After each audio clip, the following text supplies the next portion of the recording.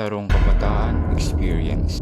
Sino na dito yung mga nakaranas nito? Siguro naman halos lahat kayo ay naranasan na to. Isa na nga dito ay yung tagu-taguan. Naalala ko noon ay naglalaro kami ng tagu-taguan tuwing gabi.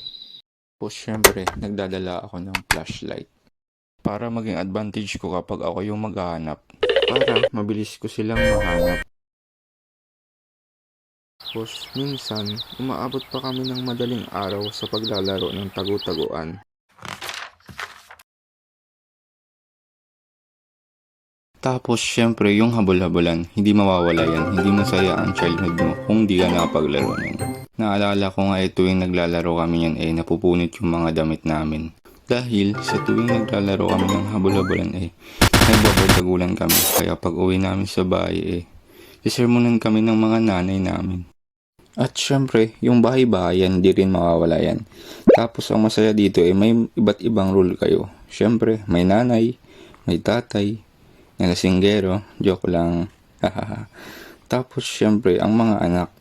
Tapos naalala ko nun, gumagawa kami ng mga bahay gamit ang mga kumot na tinatali namin sa isa't isa. Tapos yung mga unan na may mansya ng laway.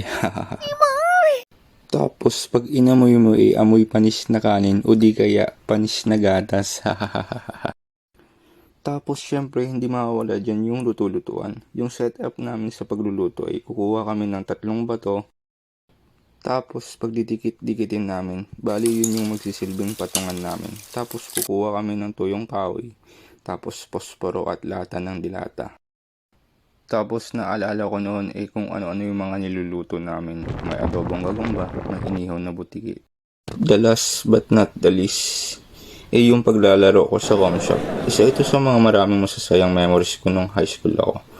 Yung tipong di ka magre-recess kahit gutom ka na.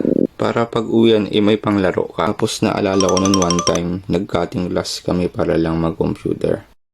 Pero babala, wag nyo kaming gagayahin ha, bad yun.